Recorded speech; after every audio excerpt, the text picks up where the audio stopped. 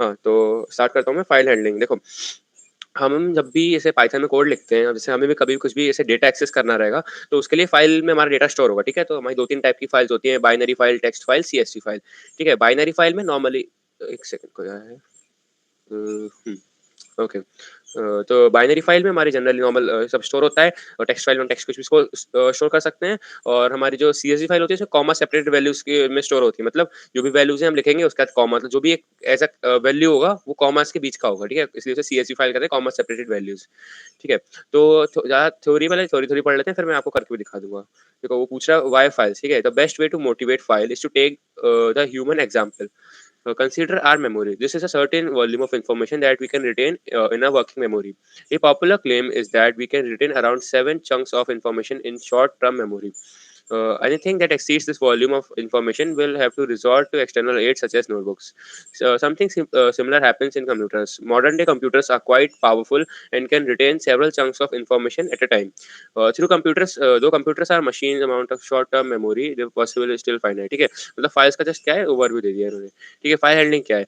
We all have used to open files in our computers by simply double clicking on the icon, ठीक है? अब let us example of a simple file having the following contents, ठीक है? जैसे file है, उसमें क्या income expenditure है, इनकम ये है, एक्सपेंडिचर है हर मंथ का ऐसे ऐसे है, ठीक है? This file is income expenditure details of a family for 5 months.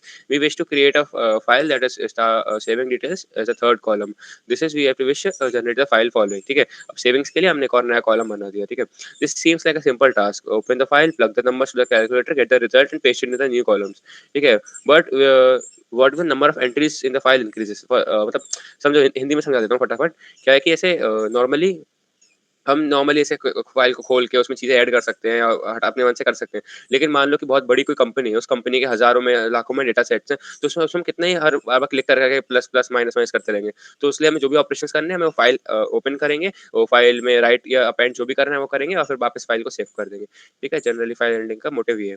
ठीक है? अब वैसे फाइल हैंडलिंग एप्लेट में कैसे क्रिएट करें? जैसे हम नॉर्मली तो फाइल हैंडलिंग आपका जो ओपीपी में होगा उसमें ऑलरेडी दिया रहेगा, बस हमें फाइल का नाम जो सेम टू सेम ओपन करना रहेगा। ठीक है? तो वैसे फाइल हैंडलिंग में कैसे करना है, मैंने बना के रखा है आप लोग के लिए। हमें फाइल डॉट टीएक्सटी नाम की फाइल बनाई है मैंने, यहाँ पे ऐड करके न्यू फाइल करके, ठीक है? और उसके अंदर थोड़ा-सा ये मटेरियल मैंने मतलब यहाँ पे उससे डाला था, ठीक है? इस तरीके से मैंने उसे डाला था। ओके। तो क्रिएट अ फाइल इन रेपलेट, ठीक है? हमने रेपलेट में फाइल बना दी, और ऐसे कुछ भी हम डाल सकते हैं, ठीक है? Opening and reading the file form a file. देखो, ये है मेन सिंटैक्स, समझ जाओगे, क्योंकि थोड़ा-सा सिंटैक्स आपको अजीब लग सकता है, याद करने में टाइम लगता है, लेकिन ईज़ी है बहुत। देखो, हम पहले एक वेरिएबल को डिफाइन करेंगे फाइल ओपन करने के लिए, ठीक है? यानी ओपन ब्रैकेट ओपन करेंगे, ठीक है? उसके बाद सिंगल इन्वर्टेड या डबल इन्वर्टेड कॉमास में जो भी टेक फाइल का नाम है सेम टू सेम लिख देंगे। जैसे मेरे वाले का नाम था फाइल डॉट टीएक्सटी, तो मैंने same to same file dot TXT लिखा था, ठीक है? और फिर इस आगे हम मोड लिखते हैं। जैसे 3 टाइप के मोड होते हैं, रीडिंग, राइटिंग, अपेंडिंग, ठीक है? रीडिंग मोड में हम सिर्फ फाइल का जो भी कंटेंट है वो रीड कर सकते हो, ठीक है? उसे वो एक्सेस कर सकते हो, उसमें कुछ भी चेंजेस नहीं कर सकते। राइटिंग मोड में क्या होगा, जब अगर फाइल ऐसे मैं ये सारे कंसीडर कर रहा हूँ कि ऑलरेडी फाइल बनी हुई है, ठीक है? ऑलरेडी फाइल एक्जिस्ट करती है, ठीक है? तो अब रीड करेंगे, तो रीड मोड खोलेंगे तो वो रीडिंग मोड में होगा, उसका हम जो भी कंटेंट है एक्सेस कर सकते हैं, ठीक है? दूसरा क्या होता है, राइटिंग मोड। राइटिंग मोड में क्या होता है कि जो एक्जिस्टिंग डेटा होता है राइटिंग मोड के अंदर, मतलब जो फाइल के अंदर, वो हट जाता है, और जो भी हम राइट करते हैं वो ऐड होता है। यानी वो पहले वाला सब हटा देता है, नया वाला लिखता है। और अपेंडिंग मोड क्या होता है कि जो पहले है वो तो लिखा ही रहेगा, साथ में नया भी ऐड हो जाएगा। मतलब अपेंडिंग का मतलब होता है ऐड करना, राइटिंग का मतलब पुराना हटा के नया लिखना, ठीक है? ये है जब फाइल एक्जिस्ट करती है। मान लो फाइल एक्जिस्ट नहीं करती है, तो अगर उसको हम रीडिंग मोड में खोलेंगे तो वो दिक्कत हो जाएगी, क्योंकि फाइल एक्जिस्ट ही नहीं करती है, तो वो एरर दे देगा। और अगर राइटिंग और अपेंडिंग मोड में ओपन करेंगे तो फाइल एक्जिस्ट नहीं होती है, तो वो क्या करेगा, एक नई फाइल बना देगा, उसमें वर्क करना अपने जैसे यूजुअली स्टार्ट कर देगा, ठीक है? तो ये था प्री रिक्वेस्ट, ठीक है? अब देखो, पढ़ते हैं। इसे ओपन करने के लिए हमने ओपन नाम का फंक्शन लिया, उसके अंदर ब्रैकेट्स ओपन करे, ठीक है? उसके अंदर पहले इन्वर्टेड कॉमास में हमने फाइल का नाम लिख दिया, कॉमा लगा के जिस मोड में करना है वो भी इन्वर्टेड कॉमास में लिख दिया, ठीक है? इससे क्या होगा, फाइल ओपन हो गई एफ वेरिएबल। अब देखो, हमने एक ही वेरिएबल दिया था स्टार्टिंग में, एक से ओपन करेंगे, उसी से रीड करेंगे, उसी से राइट करेंगे, और उसी से क्लोज करेंगे। देखो, ये लोग क्या कर रहे हैं, फॉर लाइन इन एफ, ठीक है? जनरली ये सिंटैक्स यूज़ करा जा सकता है, लेकिन मतलब रीडिंग के लिए सिंटैक्स अलग आता है, इन्होंने लिख दिया, ठीक है? Open is a built in Python function that accept two arguments, file name और mode, ठीक है? ओके, तो अभी क्या करेगा, लाइन एक एक करके प्रिंट कर देगा, ठीक है? मेन समझाता हूँ, देखो। हाँ, opening and writing to a file, ठीक है? ऐसे फाइल हमने ओपन करा और राइट के लिए क्या होता है एफ डॉट राइट। देखो हमने राइटिंग में ओपन करा है तो जो भी होगा वो नया आ जाएगा, ठीक है? एफ डॉट राइट 1 ठीक है? इसमें हमने स्पेस दिया पहले से। F dot right 2 F dot right 3 4 and 5 ठीक है? और एफ डॉट क्लोज़। देखो हमेशा जब भी हम फाइल ओपन करेंगे क्लोज़ करना भी मैंडेटरी होता है। सारे परफॉर्म करने का जैसे हमें फाइल से जो-जो काम था रीड करना, राइट करना, अपेंड करना, जो भी करना काम था वो करने के बाद हम उसको क्लोज़ कर देंगे। अगर क्लोज़ नहीं करेंगे तो कभी-कभी दिक्कत हो जाती है। सर्वर में क्या होता है फिर वो क्रैश कर जाती है फाइल तो मतलब आगे कुछ भी दिक्कत ना हो तो इसलिए हम फाइल को क्लोज़ कर देते हैं ताकि फाइल में सारे चेंजेस सही से कमिट हो जाए। ओके, तो हम फाइल को क्लोज़ कर देंगे, ठीक है?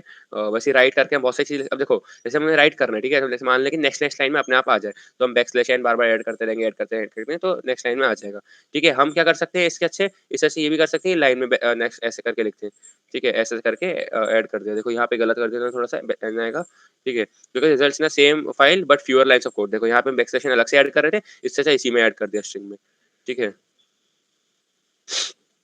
अब क्या है फाइल ऑब्जेक्ट, ठीक है? फाइल फंक्शन को ओपन क्या करते हैं? फाइल ऑब्जेक्ट है जो मैं एफ वेरिएबल बताया था इसे फाइल ऑब्जेक्ट कहते हैं, ठीक है? ओपन क्या है? फंक्शन है फाइल को ओपन करने का, फाइल नेम और ये मोड है रीडिंग, राइटिंग और अपेंडिंग, ठीक है? अब देखो रीड मोड में क्या बोल रहा है ऐसे ये एनालॉजी क्या है? उम, ठीक है, कोई खास नहीं। फाइल है हमारे पास, वो फाइल का ऑब्जेक्ट है जो हमने एफ असाइन किया, फिर हम ह्यूमन है, हम उसे रीड करना चाहते हैं, तो वैसे ही है, क्या है the dotted line in the image corresponding the mode which you process the file, ठीक है? हम रीड करना चाह रहे हैं तो फाइल ऑब्जेक्ट को, तो हम क्या करेंगे बस रीड फंक्शन लाएँगे और रीड कर लेंगे, पहले फाइल ओपन करेंगे, ठीक है? फाइल ऑब्जेक्ट की हेल्प से मतलब उस वेरिएबल को असाइन करेंगे, ओपन करेंगे, फिर उसके बाद हम जो भी उसमें ऑब्जेक्ट लाएँगे तो बार-बार वो फाइल ऑब्जेक्ट जाएगा, उस ओपन करके उसमें जो भी परफॉर्म हम फंक्शन करना चाह रहे हैं, सेम टू सेम परफॉर्म करेगा।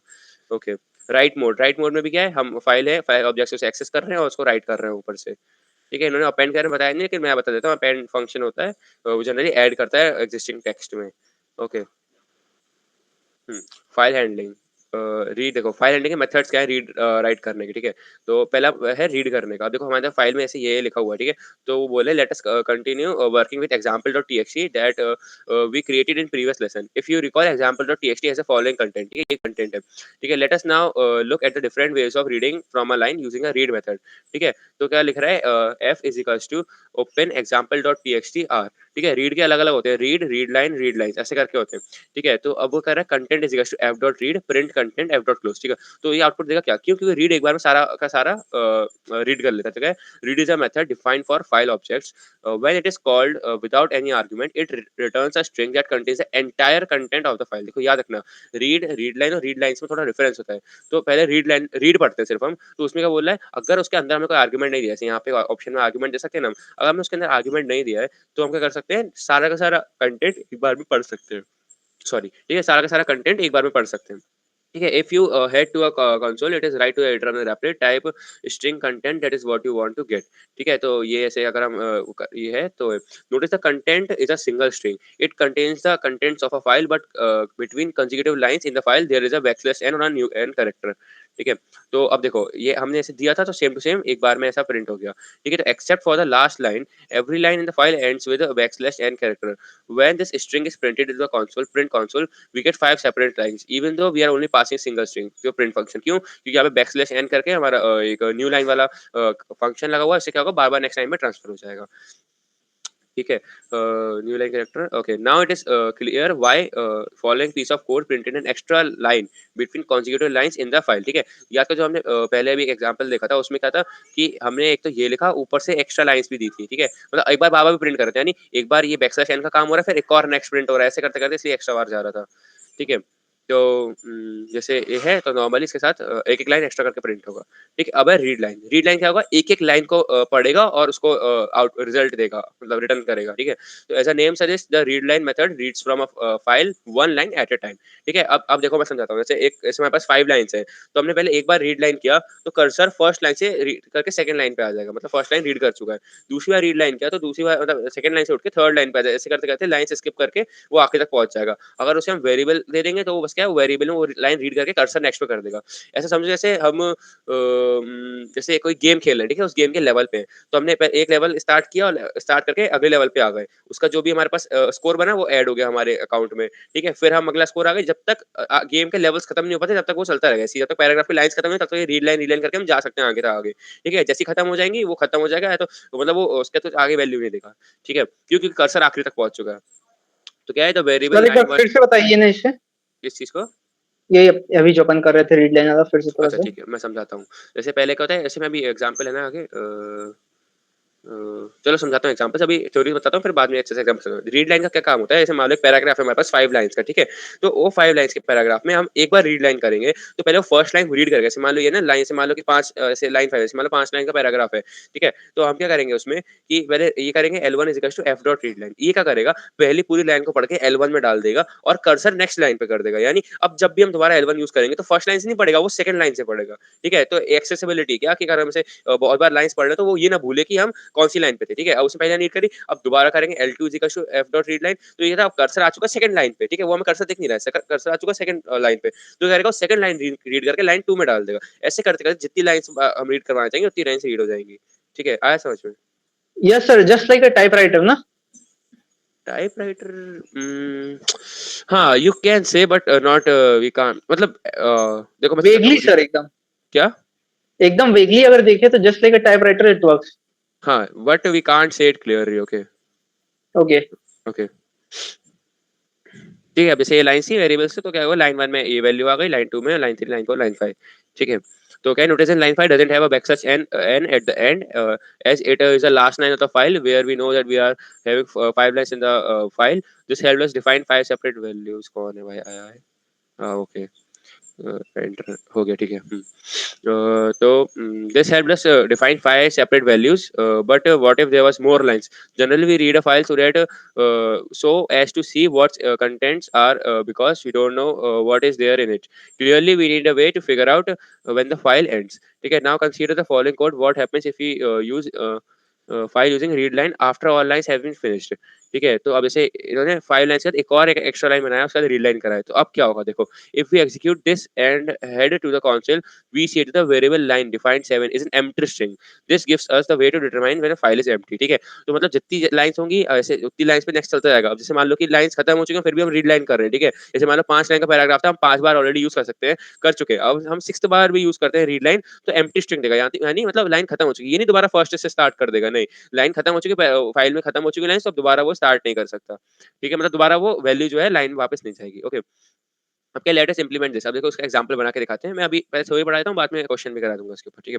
तो क्या f is equals to open example.txt। देखो नॉर्मल हमने ओपन वाला फंक्शन यूज किया, example.txt फाइल थी, उसको उसमें सिंगल इनवर्टेड कॉमास में लिखा, कॉमा लगा के रीडिंग मोड में ओपन करा, ठीक है? Line is equals to f dot read line, यानी इसके अंदर के हमने पहली लाइन पढ़ दी। इससे क्या काम हुआ सेकंड लाइन से, कि लाइन के अंदर जो भी फर्स्ट लाइन का कंटेंट था वो आ गया, और जो कर्सर है वो सेकंड लाइन में चला गया। जब भी हम अब रीड लाइन लिखेंगे तो सेकंड लाइन पढ़ेगा वो, ठीक है? अब क्या, while line not equal to खाली स्ट्रिंग, ठीक है? देखो लाइन में बार-बार पढ़ने तब तक खाली स्ट्रिंग नहीं बनेगा, जब तक ये व्हाइल लूप चलता रहेगा, चलता रहेगा, चलता रहेगा।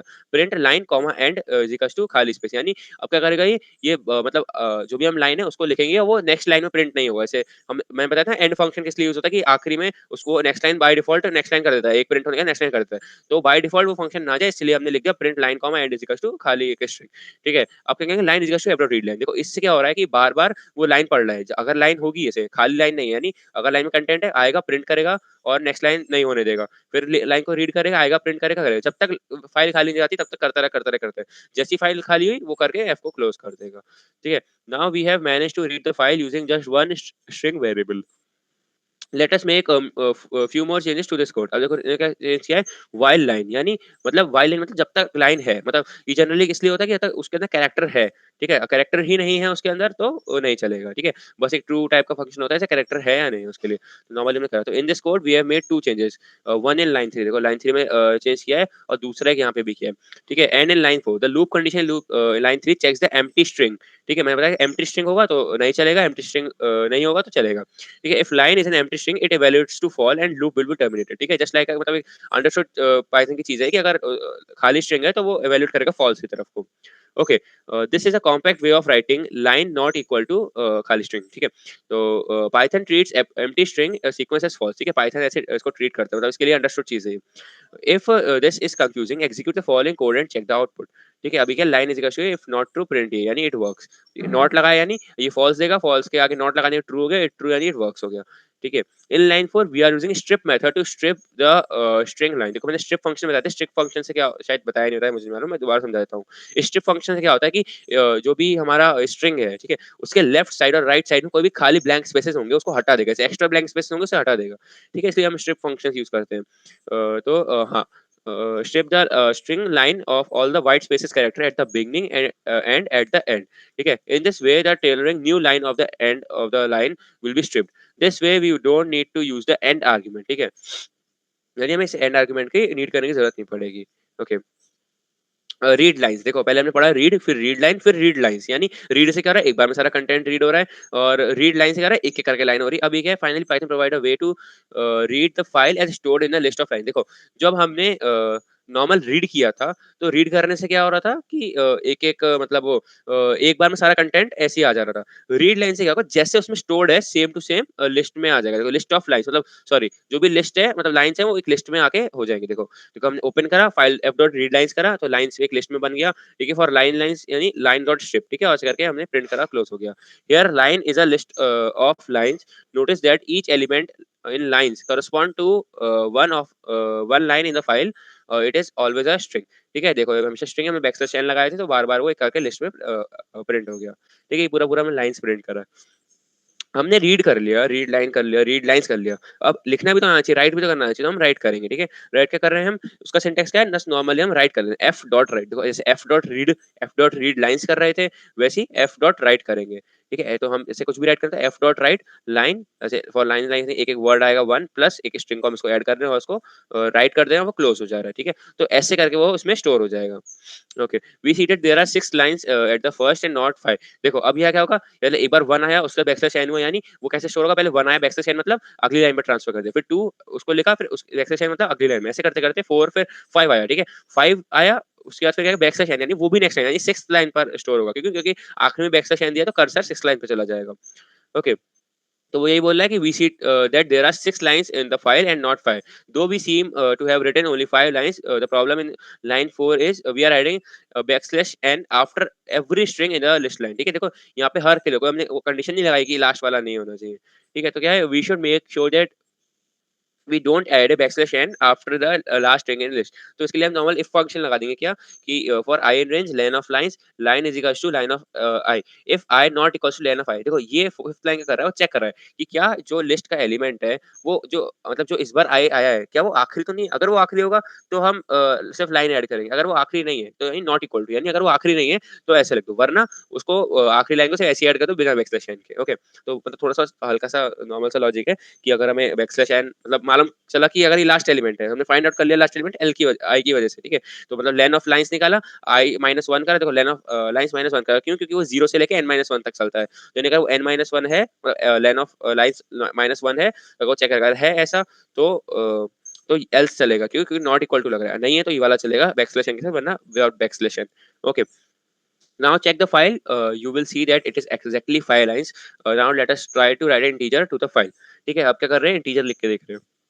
दिस थ्रोज एन एरर, और एरर क्यों दे रहा है, देखो क्या दे रहा है, right argument must be str not int, ठीक है। यानी हम इसमें जो राइटिंग और txt इसमें स्ट्रिंग ही लिख सकते हैं, इंटीजर नहीं लिख सकते, ठीक है। इसको str करके लिखेंगे तो कोई इशू नहीं होगा, ठीक है। तो we see that write method accepts only string arguments, if you want to write integers in a file you have to first convert them into string, ठीक है। ऐसे स्ट्रिंग हम लिख देंगे, डायरेक्ट इंटीजर कन्वर्ट करके, या फिर सिंगल इन्वर्टेड कॉमास लगा के लिख सकते हैं, ठीक है।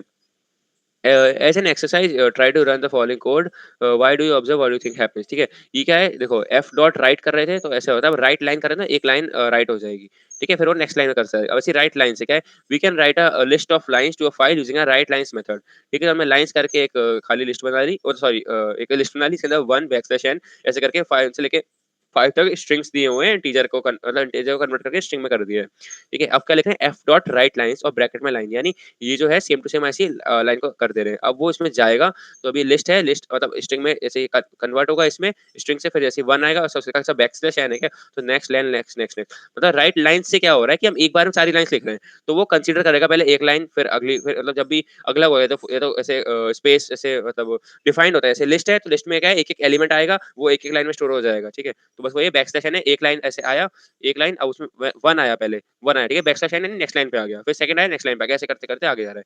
Note that the argument pass to the write line so method is a list of string this will create a file having such a following content, ठीक है? ऐसे 1 2 3 4 करके नेक्स्ट नेक्स्ट करता जाएगा वो बैकस्लैश एन की वजह से। यानी हम एक बार में कंटेंट भेज रहे हैं, बस वो एक-एक करके एक्सेस कर रहा है उसको।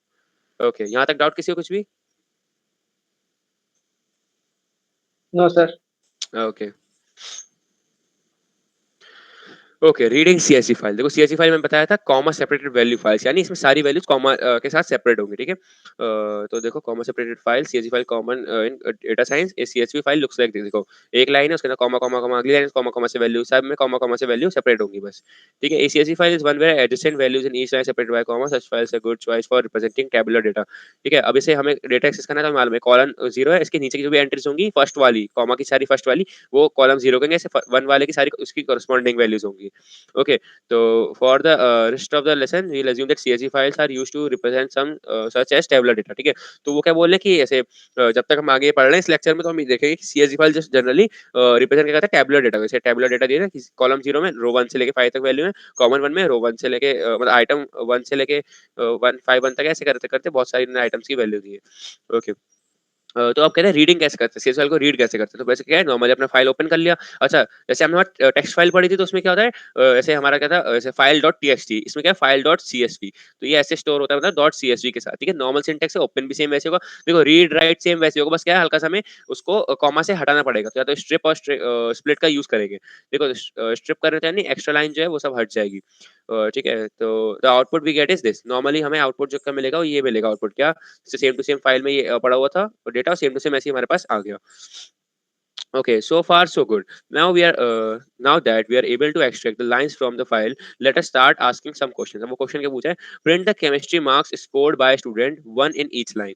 ठीक है बोला है ऐसे केमिस्ट्री है क्या chemistry marks scored by the students one in each line यानी क्या बोला है केमिस्ट्री मार्क्स है चार बच्चे हैं चार बच्चों के केमिस्ट्री मार्क्स एक एक करके अलग अलग लाइन में हमें उसको प्रिंट करना है ठीक है तो क्या है ये क्या बोल रहा है line is equals to Newton ऐसे करके ऐसे ही हमारे पास फॉर्मेट है ठीक है तो क्या करें पहले लाइन को स्ट्रिप करना पड़ेगा जिससे कोई भी बैकस्लैश एन वगैरह वो हट जाएगा देखो यहाँ पे ऐसे बैकस्लैश एन ऑटोमेटिक इनपुट करते हैं तो बैकस्लैश एन दिया होता है तो पहले हमें स्ट्रिप करना पड़ेगा ताकि बैकस्लैश एन वगैरह वाला कोई भी केस ना रहे स्ट्रिप क्या है बैकस्लैश एन को भी हटा देगा क्यों क्योंकि वो एक वो कैरेक्टर है जो कि नई लाइन करता है तो स्ट्रिप उसे भी हटा देगा व्हाइट स्पेसेस भी हटा देगा इस टाइप की चीजें हटा देगा ओके तो भाई हमें स्ट्रिप करना पड़ेगा ताकि बैकस्लैश एन करके हट जाए ठीक है अब लिखेंगे जैसे लाइन इज ये मान लो कि ये लाइन थी हमारे पास ऐसे इसकी वाली ठीक है तो क्या लिखेंगे line is equals to line dot strip यानी इसमें से हट गया से अब कितने कितने कैरेक्टर रह गया न्यूटन से लेकर 90 तक कैरेक्टर इतना कैरेक्टर रह गया स्ट्रिंग के अंदर okay column is equals to line dot split अब क्या करेंगे अब कॉलम में एक लिस्ट बन जाएगी इस लाइन को स्प्लिट करेंगे तो क्या होगा लिस्ट की फर्स्ट वैल्यू होगी न्यूटन सेकंड वैल्यू होगी 100 थर्ड वैल्यू होगी 98 और फोर्थ वैल्यू होगी 90 तो लिस्ट के ये एलिमेंट्स हो जाएंगे अब जैसे केमिस्ट्री वाला हमें बताया था केमिस्ट्री वाला लास्ट है तो हम क्या करेंगे इसको यूज करेंगे ऐसे अपनी इंडेक्सिंग की वजह से लिस्ट इंडेक्सिंग यूज करी थी ठीक है तो देखो 0 1 2 और 3 तो जब हम कॉलम ऑफ 3 लिखेंगे तो उससे केमिस्ट्री के मार्क्स आ जाएंगे ठीक है this returns a list of strings देखो कॉलम्स क्या रिटर्न करेगा प्रिंट हमने कॉलम्स का कॉलम का रिटर्न करेगा न्यूटन 100 98 और 90 क्योंकि यहाँ पे स्प्लिट कर दिया था हमने स्ट्रिप करके ओके अगर हम स्ट्रिप नहीं करते तो बैकस्लैश एन भी यहाँ पे आ जाता ओके 90 के इस बाजू में मतलब एक नया एलिमेंट नहीं होता क्योंकि कॉमा से हटता तो 90 के साथ ही उसी स्ट्रिंग में रहता ओके तो अब हमें क्या करा बैकस्लैश एन देखो हट चुका है यहाँ से स्ट्रिप कर रखा है हमने स्प्लिट करा अब देखो chemistry marks is equals to int of columns -1 ठीक है -1 कर लें या फिर उसका एंड वाला लिख दे जैसे लेंथ -1 के जैसे 1 2 3 4 लेंथ है यानी 4 -1 3 लिख सकते हैं या फिर -1 लिख सकते हैं कि हमें मालूम है आखिरी एलिमेंट है तो आखिरी एलिमेंट को करस्पॉन्ड करने के लिए -1 लिख सकते हैं हम तो -1 लिख दे रहे हैं ठीक है तो guys, that is all. We have done this for one row. Now we need to do this for all rows. Enter loop. बस एक एक हमने एक बार बना दिया उसको बस लूप में लगा देंगे फॉर आई इन रेंज वाली बस बन जाएगा तो कह रहे हैं पहले फाइल को ओपन करेंगे फॉर लाइन इन फाइल मतलब एक एक करके एलिमेंट्स आएंगे एफ के अंदर ठीक है क्योंकि फॉर मतलब आई इन एफ का मतलब ऐसे ऐसे फाइल हमने रीड कर ऐसे फाइल ओपन कर दी उसका एक एक एलिमेंट मंगा रहे हैं डायरेक्ट रीड और रीड लाइन से भी कर सकते हैं वो भी एक अच्छा मेथड है लेकिन अच्छा देखो ये क्या दे रहा है हाँ ये देखो हम पहले ये चला रहे हैं देखो मैं पहले कोड समझाता हूँ फिर एरर बताता हूँ क्या है देखो पहले हम कोड चला रहे हैं फॉर लाइन इन फाइल ठीक है तो लाइन में एक एक करके लाइंस आ गई अब क्या करें line is equal to line dot strip इससे क्या हो रहा है हम आखिरी में जो कि बैकस्लैश एन है वो हटा देते हैं ठीक है columns is equal to line dot split ये भी हमने ऐसे बना दिया एक ऐसे करके स्ट्रिंग मतलब लिस्ट बन जाएगी स्ट्रिंग्स की ठीक है क्या chemistry marks is equal to int of columns -1 यानी कॉलम के -1 में जाएगा उसको इंटीजर में कन्वर्ट कर देगा प्रिंट कर देगा क्यों क्योंकि यहाँ पे स्ट्रिंग में हमें इंटीजर में प्रिंट करना है ठीक है अब एरर क्या देगा क्या एरर दे रहा है invalid literal for int with base 10 chemistry यानी हम जब फ़ाइल को रीड कर रहे हैं, तो फर्स्ट लाइन से रीड हो रहा है, यानी ये भी आ रहा है और हम क्योंकि ऐसे चेक कर रहे हैं ना कि केमिस्ट्री मतलब जो आखिरी वाला है देखो, हम रो ले रहे हैं, उस रो का आखिरी वाला मतलब सबसे पहले उसको लिस्ट में बना रहे हैं, सब सब एलिमेंट्स स्ट्रिंग वाले लिस्ट में करके एलिमेंट्स ऐड हो रहे हैं और उसका आखिरी वाला हम उसको इंट में कन्वर्ट कर रहे हैं। लेकिन केमिस्ट्री इंट में कन्वर्ट नहीं हो सकता क्योंकि ऑलरेडी एक अल्फाबेट से वो स्ट्रिंग में वो सॉरी इंटीजर में कन्वर्ट नहीं हो सकता है, माय बैड। इंटीजर में कन्वर्ट नहीं हो सकता है, एक स्ट्रिंग को हम इंटीजर में कन्वर्ट नहीं कर सकते जब तक कि वो खुद एक इंटीजर ना हो। जैसे एक इंटीजर अगर स्ट्रिंग्स के अंदर इनकोड है, ठीक है, कोट्स के अंदर मतलब बंद है, तो हम उसे इंटीजर में कन्वर्ट कर सकते हैं। लेकिन जो अल्फाबेट्स है उससे हम स्ट्रिंग के अंदर स्ट्रिंग से निकाल के इंटीजर के अंदर कन्वर्ट नहीं कर सकते। ठीक है, तो इसलिए एरर दे रहा है। तो हमें करना पड़ेगा पहली लाइन को स्किप करना पड़ेगा ताकि हम अगली लाइन से पढ़ें। बस इसका सॉल्यूशन दिया होगा। तो यहाँ पे हमने कर दिया header is equals to f dot read line. ठीक है, इसका मतलब क्या हुआ, हेडर में एक वैल्यू आ गई एफ डॉट रीड लाइन, यानी पहली लाइन से रीड कर दी। अब जो भी हम पढ़ेंगे मतलब कर्सर आ चुका है सेकंड लाइन पे, फर्स्ट लाइन कंप्लीट हो चुकी है। चाहे हम यहाँ पे हेडर लिखें, यहाँ पे हेडर नहीं लिखें। ठीक है, मान लो मैं यहाँ से हेडर हटा दूंगा, सिर्फ एफ डॉट रीड लाइन लिखूंगा, तब भी वो क्या करेगा, लाइन को रीड कर देगा। बस क्या होगा, उसकी वैल्यू भी किसी भी वेरिएबल स्टोर नहीं होगी, लेकिन उसका कर्सर फिर भी सेकंड लाइन पे आ जाएगा। जैसे अभी हमने कल या परसों किसी ने कुछ क्वेश्चन पूछा था कि मतलब उसका फाइल में वैल्यू कौन कैसे पूछा था, कि वैल्यू उसका लेना जरूरी है या नहीं है। वैल्यू नहीं भी लेंगे तो अपना काम वो करेगा एज इट इज फंक्शन। ठीक है, हाँ, ये सॉर्ट वाला सॉर्टेड वाला टाइप का कोई पूछ सकता है शायद मुझसे, कौन सा था, होगा शायद कोई। ठीक है, तो मेन अभी हमें समझना है कि एफ डॉट रीड लाइन एक लाइन एक टाइम पे रीड करके कर्सर सेकंड लाइन में मतलब नेक्स्ट लाइन में फेंक देता है। अगर हम उसको एक वेरिएबल देंगे, यानी जैसे हम लिखेंगे header is equals to f dot read line, इससे क्या होगा, हमारी जो फर्स्ट लाइन थी जो रीड कर रहा है, ठीक है, वो लाइन की जितनी पूरी वैल्यू हेडर में आ जाएगी। ठीक है, अगर हम हेडर इज इक्वल्स टू नहीं लिखते, अगर हम सिर्फ लिखते हैं, जैसे मान लो यहाँ पे सोचो हेडर और इज इक्वल्स टू नहीं लिखा है, सिर्फ लिखा है एफ डॉट रीड लाइन, इससे क्या होगा, इससे कर्सर सेकंड लाइन में जाएगा, लेकिन बस उसकी जो फर्स्ट लाइन की वैल्यूज थी, डेटा था, वो किसी वेरिएबल में नहीं जा रहा, क्योंकि हम किसी उसको डिफाइन नहीं कर रहे किसी वेरिएबल को कि जाओ भाई फर्स्ट लाइन का डेटा इस वाले वेरिएबल चले जाओ। बस इतना है डिफरेंस, बाकी कोई नहीं। तो हमें क्या करना है, हमारा मेन मोटिव क्या है, फर्स्ट लाइन को स्किप करना। तो चाहे अगर हम वेरिएबल लगाएं या नहीं लगाएं, उससे कोई इशू नहीं आएगा, क्योंकि आगे शायद उन्होंने पढ़ाया होगा कि वेरिएबल लगाएं या नहीं लगाएं, उससे कोई इशू नहीं आएगा।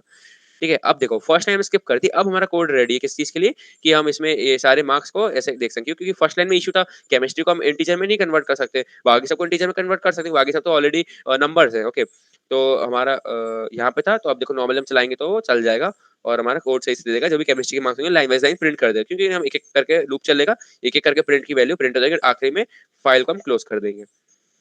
ठीक है, यहाँ तक डाउट किसी को रीड लाइन करने में, ये वाला टॉपिक में किसी को डाउट हो तो बताओ, क्योंकि कुछ लोग को बहुत डाउट रहता है इस टॉपिक में। No sir. ओके, बाकी किसी को, मैं पानी पीता हूँ जब तक, एक सेकंड, बताओ किसी को दिक्कत है तो। सर मतलब अपन रीड लाइन का है उसका अपन एक वेरिएबल क्रिएट कर रहे हैं। नहीं, रीड लाइन जस्ट एक लाइन को रीड करके उसका उसको कर्सर को सेकंड लाइन में ट्रांसफर कर देगा। अगर हम उसको वेरिएबल को इनिशियलाइज करेंगे तो उसकी वैल्यू जो डेटा है फर्स्ट लाइन का वो उसमें चला जाएगा, नहीं करेंगे तो कर्सर सेकंड लाइन में रहेगा। मतलब ठीक है, समझ में आया? ये ओके फंक्शन क्या सर। कर रहा है कि एक तो वैल्यू रिटर्न कर रहा है और कर्सर को सेकंड लाइन में से पहली लाइन खत्म कर दिया, वो सेकंड लाइन में जाके बैठ जाएगा कि अब जो भी नेक्स्ट ऑपरेशन स्टार्ट होगा, चाहे रीड लाइन करें चाहे रीड करें, कुछ भी ऑपरेशन स्टार्ट करें, वो अब होगा सेकंड लाइन से स्टार्ट। ठीक है, अगर वो जो वैल्यू देखो वैल्यू रिटर्न करेगा, एफ डॉट रीड लाइन हमेशा वैल्यू रिटर्न करेगा। अगर वो वैल्यू हम किसी भी वेरिएबल में डाल रहे हैं तो उस वेरिएबल में वैल्यू होगी होगी प्रेजेंट। अगर हम उसको किसी वेरिएबल में नहीं डाल रहे हैं तो यानी वो सेकंड लाइन में चला गया, बस उसकी वैल्यू उसने दी लेकिन किसी ने ली नहीं, तो एक्सेप्ट ही नहीं वैल्यू, लेकिन मतलब रीड लाइन हुआ, लाइन रीड हुई, बस हमने उसमें किसी को स्टोर नहीं करा। ठीक है, ओके सर। जैसे आपने देखा होगा रेलवे स्टेशन पे क्या होता है, एक वेंडिंग मशीन होती है एक टाइप की, ठीक है, वाटर वेंडिंग मशीन, उसके अंदर हम पैसे का सिक्का डालते हैं, तो वो जैसे हम बोतल लगाएंगे या वो कुछ टाइम बाद कुछ तो सिस्टम होता है वो पानी निकालता है, तो वही सिस्टम है। जैसे रीड लाइन हमने दबाया, जैसे मान लो हमने पैसे डाल दी कॉइन में, अब मशीन में से पानी निकलेगा और निकल जाएगा। अब जैसे आप उसे ले लोगे तो आपकी बोतल में भर गया, आप उसे नहीं लोगे तो वेस्ट होकर चला जाएगा। बस इतना है कि मतलब रीड लाइन फंक्शन वर्क करेगा चाहे आप उसमें वैल्यू किसी को स्टोर करना चाहो नहीं करना चाहो, क्योंकि पहली हेडर है वो हम स्टोर नहीं कर रहे थे, हम बस स्किप करना चाहते हैं कि पहली लाइन रीड ना करें। तो अगर हम हेडर इज इक्वल्स टू नहीं भी लिखेंगे, क्योंकि हम स्किप कर रहे हैं, उसकी वैल्यूज को हमें कोई नीड नहीं है। ठीक है, तो बस हम उसको लिख सकते हैं वैसे। Okay, okay sir. ये फॉर लाइन इन एफ में जो है वो वो पूरा लाइन को रीड करता है, लाइक लाइन इन एफ वो पूरा लाइन है या और वो लाइन इन उस एफ का लाइन का मतलब है वर्ड है? एफ एफ जो भी हमारा, मैं आपको समझाता हूँ। एफ हमारा मान लो जैसे यही वाला है, ठीक है, ये है हमारा जो टेबल डॉट सीएसवी। ठीक है, तो एफ में लाइन फॉर लाइन एफ मतलब एफ के में इटरेट कर रहा है, यानी पहले एक लाइन पढ़ेगा फिर एक और लाइन पढ़ेगा फिर एक और लाइन, ऐसे करते करते सारी लाइन पढ़ेगा एक एक करके। ठीक है, इसमें लाइन तो सिर्फ वेरिएबल नेम है, लेकिन मेन क्या है, जब फॉर इटरेशन फॉर अगर फॉर आई इन लिस्ट, तो जो भी लिस्ट होती है उसका एक एक एलिमेंट आता है, तो वैसे अगर हम उसको फाइल में लगाएंगे तो उसकी एक एक लाइन आ जाएगी। ठीक है, ओके। ओके, यहाँ तक डाउट किसी और को कुछ भी? ओके, कंटिन्यू करते हैं आगे। कहाँ पे थे हम? क्या कर लिया था हमने? ये हो गया था, रीड लाइन कर लिया था। हाँ, this works in the second line, we read the header. Now when the loop starts in line 5, we are ready to read from the second line in file. If this seems confusing, consider the following approach using a read line method alone. ठीक है, अब देखो for line, देखो हमने क्या कर रहा था, पहले हम क्या कर रहे थे कि हम जैसे फॉर लाइन इन चलाते थे, ऐसे आपको किसी को कंफ्यूज हुआ था, किसी को कंफ्यूजन हुआ था, उसी को क्लियर कर रहे हैं। क्या कर रहे हैं कि ऐसे आप फॉर मतलब रिट्रेट ना करके फाइल के अंदर हम पहले रीड लाइंस करके एक एक मतलब अब क्या है, लाइंस में एक लिस्ट आ गई जिसमें हर लिस्ट का हर एक एलिमेंट एक लाइन रिप्रेजेंट करता है फाइल के अंदर। ओके, तो आप देखो फॉर लाइन इन लाइंस ऐसे करके मतलब 1 से लेके एंड तक, यानी हम 0th एलिमेंट को स्किप कर रहे हैं, हम डायरेक्ट 1 से लेके एंड तक चला रहे हैं। तो इसमें भी हमने कर दिया, डायरेक्ट स्किप कर दिया हेडर को, जो भी हमारा जो सब्जेक्ट से नेम लिखे थे उसको हमने स्किप कर दिया। देखो फॉर लाइन इन लाइंस 1 से लेके आखिरी तक, इसका मतलब क्या हुआ, लाइन में एक-एक वैल्यू आएगी जो कि लाइंस नाम की लिस्ट में पड़ी है। और लाइंस नाम की लिस्ट में क्या पड़ी है, जो फाइल में लाइंस है उसकी एलिमेंट्स एक-एक करके पड़े हुए हैं, पूरा-पूरा एलिमेंट एक एलिमेंट में, पूरी-पूरी लाइन एक एलिमेंट में। ठीक है? बस क्या यस सर, मतलब इसमें हेडर की जरूरत नहीं पड़ी अपन को। हाँ, हेडर की ज़रूरत इसलिए नहीं पड़ी क्योंकि यहाँ पे केमिस्ट्री के मार्क्स माँग रहा है। क्वेश्चन में कहा था कि print the chemistry marks scored by students 1 line in each. अब केमिस्ट्री मार्क्स प्रिंट करना है, ना कि केमिस्ट्री। लेकिन फर्स्ट लाइन में सारे सब्जेक्ट्स वगैरह और जो भी मतलब वो लिखा था, नेम, फिजिक्स, मैथमेटिक्स और केमिस्ट्री ये लिखा हुआ है। हमें इसका नीड नहीं है, इसलिए हमने उसको स्किप कर रहे हैं, ठीक है? और वैसे भी हम यहाँ पे इंटीजर बना रहे हैं, क्योंकि स्ट्रिंग में प्रेजेंट है, इंटीजर बना रहे हैं, तो एक एक अल्फाबेट को हम इंटीजर में कन्वर्ट नहीं कर सकते। एक नंबर है, वो स्ट्रिंग में लिखा हुआ, उसको इंटीजर में कन्वर्ट कर सकते हैं, ठीक है? लेकिन अल्फाबेट है, उसको इंटीजर में कन्वर्ट नहीं कर सकते, तो वहाँ एरर थ्रो कर रहा था, ठीक है? ठीक है? Yes sir, yes sir. Okay. तो बस यहाँ पे हमने बस नॉर्मली स्प्लिट करा, स्प्लिट करके आखिरी एलिमेंट को इंटीजर में कन्वर्ट करके प्रिंट कर दिया, आखिरी फाइल क्लोज कर दी। ठीक है, read lines is a reasonable choice for reading small files say under 1000 lines. We got all lines of the file in a list. Reading file reduces processing a list of strings. If lines is the list of lines, then lines of I correspond to the I plus 1th value, क्योंकि 0 से लेके n minus 1 तक चलता है, ठीक है, going in the way I for the corresponding value lines of I minus 1 तक, ठीक है, I minus 1 तक चले। ओके, इंपॉर्टेंट नोट क्या बोल रहा है ये, however when it comes to large files, read line is the best method to use. Processing large files is best done by reading it one line at a time. ठीक है, अब ऐसे बोल रहा है कि ऐसे मान लो 200, 400, 500, 1000 लाइन्स हैं, ठीक है, तो वो तो रीड लाइन से एक बार में कर दो, एक लिस्ट बन जाएगी, इसमें एक एक एलिमेंट में एक एक लाइन हो जाएगी। लेकिन मान लो वो कह रहा है 1000 से भी ज्यादा लाइन है, बहुत बड़ी बड़ी फाइल्स, तो क्या कर सकते हैं, एक लाइन को एक बार रीड कर सकते हैं। सबसे बढ़िया क्या है, f header is equal to f dot read line dot strip. ठीक है, इससे क्या कर रहे हैं, हेडर को हटा रहे हैं और उसको स्ट्रिप भी कर रहे हैं। Line is equal to f dot read line. ठीक है, अब लाइन में क्या कर रहा है, एफ डॉट रीड लाइन कर दी पहले ही, मतलब पहले हेडर पढ़ा, हेडर से क्या हो गया, पहली लाइन हट गई, लाइन में क्या आया, अब फर्स्ट लाइन आई जिसमें नेम मार्क्स वगैरह लिखे हो सकते, मतलब वो जैसे नेम है न्यूटन, फिर उसके 10 20 30 ऐसे करके मार्क्स लिखे हुए हैं वो। ठीक है, तो वाई लाइन, यानी जब तक लाइन खाली नहीं होती, देखो अभी मैं समझा चुका था आप लोग को थोड़ी देर पहले कि लाइन में क्या है, जब तक खाली स्ट्रिंग नहीं मिलेगा वो चलती रहेगी लाइन। ठीक है, मतलब वो खाली स्ट्रिंग को फॉल्स इंटरप्रेट करता है पाइथन। ठीक है, अब जब तक खाली स्ट्रिंग नहीं होगी वो चलती रहेगी। तो क्या है, line is equal to line dot strip. पहले हमने लाइन को रीड लाइन कर दिया, फिर उसको स्ट्रिप भी कर रहे हैं ताकि उसके आखिरी में जो बैकस्लैश एन का कैरेक्टर है वो हट जाए। Columns is equal to line dot split. अब हमारे पास आ चुका है एक स्ट्रिंग, उसको स्प्लिट कर देंगे कॉलम से। ठीक है, अब क्या, chemistry marks is equal to int of column -1, बस इसको क्या है, स्प्लिट कर दिया, आखिरी वाला कॉलम को इंट करके प्रिंट कर दिया और लाइन में दोबारा से रीड कर दिया। मतलब ये लूप जब तक चलेगा जब तक लाइंस खत्म नहीं हो जा रही। ठीक है, और वो भी एक-एक करके रीड कर रहा है। यहाँ पे क्या रहते हैं, एक बार में रीड लाइन्स कर रहे थे, मतलब एक बार में सारी लाइन्स पढ़ ली, उसका लिस्ट बना दिया और इसको एक-एक करके एलिमेंट एक्सेस कर रहे हैं। इसमें क्या, पढ़ ही एक-एक बार रहे हैं कि एक पेज पढ़ा, एक पेज पढ़ा, एक पेज पढ़ा, ऐसे कर करके पढ़ रहे हैं। ठीक है, एक लाइन पढ़ी और जब तक लाइन खत्म नहीं होती तब तक चलता रहेगा, फिर आखिरी में आके क्लोज कर देगा। Okay, files to collection. It is often useful to convert a CSV file to store in a suitable collection. We could do this in several ways. Here, let us try to create the following list of dictionaries from the file. ठीक है, data है एक हमारे पास list, ठीक है, और उसके अंदर डिक्शनरीज में हर एक डिक्शनरी का मतलब लिस्ट के जो एलिमेंट्स हैं वो डिक्शनरीज हैं। Okay, couple of points to note, this is a list of dictionaries. ठीक है, इसमें लिस्ट है, उसका डिक्शनरीज एलिमेंट है उसकी। Each element in list correspond to one row in a file. देखो, name Newton, physics 100, mathematics 98, chemistry 90। तो कह रहा है सेम एक रो जो थी हमारी उसको करस्पॉन्डिंग कर रहा है। ठीक है, the element in the header appears की इन एवरी डिक्शनरी। देखो, जो भी हमारा हेडर आया तो हम स्किप कर देता, वो एक एक की तरह काम कर रही है इस डेटा के अंदर। Okay, the values of the dictionary are of different data types, names are strings and marks are teacher. देखो यहाँ पे क्या था, यहाँ पे सब स्ट्रिंग में था, देखिए जो भी हम प्रिंट कर रहे थे सब स्ट्रिंग में आ रहा था। ठीक है, और लेकिन यहाँ पे क्या है, जो हम इसको डिक्शनरी में लिख रहे हैं, तो जो चीज स्ट्रिंग होनी चाहिए, जैसे नेम है और सब्जेक्ट नेम है, ठीक है, वो सब तो स्ट्रिंग है, और जो इंटीजर होने चाहिए जैसे मार्क्स वगैरह हैं तो वो इंटीजर ही हो रहे हैं। This is going to be a fairly long code. Let us break down it.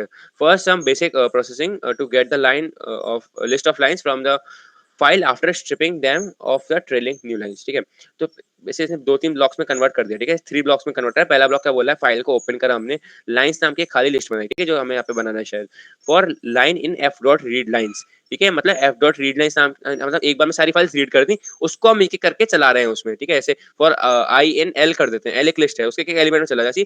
File dot read lines नाम का हमने एक बार में रीड कर दिया सारी फाइल्स, और एक एक करके फाइल लाइंस आएंगी, लाइन लाइन नाम के वेरिएबल में एक एक करके लाइंस आएंगी, जो कि हमारी टेबल डॉट सीएसवी फाइल में पड़ी हुई है। Lines is equal to line dot split, इसको स्ट्रिप कर देंगे, मतलब इसके आखिर में जो ब्लैक स्लैश एन स्पेसेस खाली वो सब हटा देंगे। Okay, line dot append line, अब इस लाइन्स के अंदर वो एक लाइन हमने अपेंड कर दी, पूरी पूरी लाइन जैसे आई थी वो अपेंड कर दी। At the end of this block we have a list of lines. ठीक है, मतलब इसका क्या है, हमारे पास एक लिस्ट है लाइन्स नाम की। ठीक है, वो हमने स्ट्रिप करा है।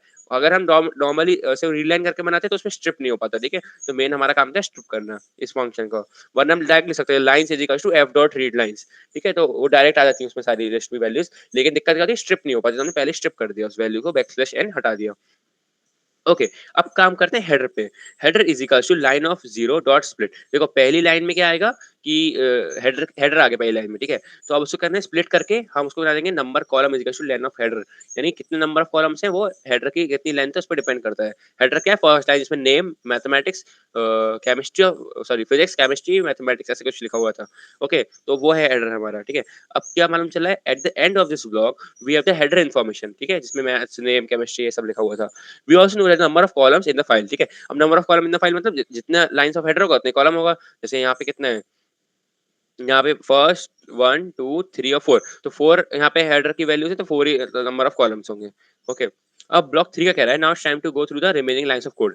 ठीक है, डेटा नाम की हमने खाली लिस्ट बनाई, उस देखो जैसे हमें डेटा बनाना है उसकी खाली लिस्ट बनाई। अब क्या कर रहे हैं हम, for line in lines of 1 से लेके आखिर तक, फिर वही हमने करा हेडर को स्किप कर दिया ताकि हम वैल्यूज को ला सकें। Column is equal to line dot split. ठीक है, कॉलम्स नाम का एक हमने खाली वेरिएबल बनाया, उसके अंदर लाइन डॉट स्प्लिट कर देनी, कॉलम एक लिस्ट बन गई, उसके अंदर लाइन में जो है वो सब एक एलिमेंट करके आ जाएगा। ठीक है, जैसे पहले नेम, फिर उसका मार्क्स, एक और मार्क्स, एक और मार्क्स। ठीक है, रो डिक्शनरी हमने खाली डिक्शनरी बनाई। ठीक है, इनिशियलाइज कर दिया डिक्शनरी को। ठीक है, for i in range num of columns. ठीक है, नम ऑफ कॉलम्स हमारा कहाँ है, देखो हमने नम ऑफ कॉलम कहाँ बनाया, एक सेकंड एक सेकंड, ऊपर वाले नंबर, से अच्छा हो ब्लॉक इधर ब्लॉक। बनाया, हाँ सॉरी सॉरी, बस कॉलम ढूंढा। हाँ, नंबर ऑफ कॉलम हमने इधर बनाया। ठीक है, भाई जितना हेडर है, जितना नंबर ऑफ कॉलम्स है वो नंबर ऑफ कॉलम्स नाम के वेरिएबल में है। ठीक है, अब उसको हम नेक्स्ट लाइन में आएंगे तो मतलब आई कितना चलेगा, जितने नंबर ऑफ कॉलम्स है, तो key is equal to header of I. देखो हेडर हमने ले रखा है, उसका आई यानी जितना नंबर ऑफ होगा, जैसे अगर फर्स्ट आई की वैल्यू 1 होगा यानी वो सिर्फ नेम ले रहा है। ठीक है, और तो हम क्या करेंगे, उसको की वैल्यू पे कर देंगे, key if key is equal to name, value is equal to column of i, else value of int. अब देखो हमें क्या करना था यहाँ पे, देखो जो भी मार्क्स है उसको इंटीजर में कन्वर्ट करना पड़ा पड़ा था। तो यहाँ पे सिर्फ देखो, इसमें देखोगे तो यहाँ पे सिर्फ एक ही की है जो स्ट्रिंग ले रही है, बाकी सब कीज जो है वो बना रही है इंटीजर में। तो if key is equals to name, तो नॉर्मली इसको ऐड कर देंगे, सेम टू सेम उसका वैल्यू ऐड कर देंगे, वरना एल्स में हम सबको इंटीजर में लिखना पड़ेगा। ठीक है, तो ये फंक्शन में क्या हो रहा है, पहले फॉर आई इन रेंज मतलब जितने नंबर ऑफ कॉलम्स है उतनी बारी रेंज चलेगा, फंक्शन चलेगा, लूप चलेगा। ठीक है, key is equals to header of I, मतलब देखो अगर हेडर ऑफ आई, ऐसे मान लो कि 1 है तो यानी ये वाला हुआ हेडर। ठीक है, फिजिक्स हुआ वैल्यू, यानी फिजिक्स हुआ तो उसका मार्क्स 100 स्टोर हो जाएगा, फिजिक्स ही हम उसे ऐसा स्टोर करना है हमें, उसका की भी सेम टू सेम स्टोर करना है, उसका वैल्यू स्टोर करना है, और सब करस्पॉन्डिंग रिस्पेक्टिव वैल्यूज है। क्या कि सेकंड लाइन में अगर फिजिक्स है तो फिजिक्स की सारी वैल्यूज होंगी, तो रिस्पेक्टिव है, फिजिक्स नाम का कॉलम नेम है तो सारे नीचे फिजिक्स की वैल्यूज होंगी, फिजिक्स के मार्क्स होंगे। ठीक है, तो क्या करें, अगर नम है तो सेम सेम ऐड कर दो, वरना इंटीजर डालो ताकि हमारी वैल्यूज इंटीजर में कन्वर्ट हो जाए। रो डिक्शनरी ऑफ की इज इक्वल टू वैल्यू, बस हमने कहा रो डिक्शनरी जो की है और वैल्यू है वो हमने ऐड कर दी इस डिक्शनरी, जो रो नाम की हमने डिक्शनरी बनाई थी। ठीक है, अब इसको हमने अपेंड कर दिया अपने डेटा नाम के लिस्ट में। ठीक है, यानी हमें यहाँ पे इस फंक्शन से हमने डिक्शनरी बनाई, उसके बाद उसको उसमें वैल्यू सारी अपेंड कर दी, और उसके बाद हमने उसको ऐड कर दिया अपनी लिस्ट में। तो ठीक है, अब ऐसे करके क्लोज करते हैं। फंक्शन कितनी बार चलेगा, जितने एलिमेंट्स होंगे हेडर के नीचे वाले उतनी बार चलेगा। क्यों, क्योंकि हमारी सारी जो हेडर की चीजें वो कीज में ऑलरेडी स्टोर हो रही हैं। यहाँ तक किसी को कुछ भी डाउट डिक्शनरी में मुझसे पूछो।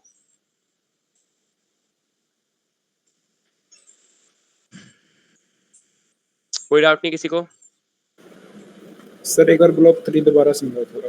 ठीक है, ब्लॉक 3 दोबारा समझा देता हूँ। देखो ब्लॉक वन में क्या करा, हमने क्या करा, पहले फाइल को रीड करके एक लाइन्स नाम की खाली वो लाइन्स नाम की खाली लिस्ट इनिशियलाइज करी। उसका लाइन में क्या करा हमने, एक एक करके जो भी लाइन्स थी उसको स्टोर कर दिया, उसको स्ट्रिप करके स्टोर कर दिया।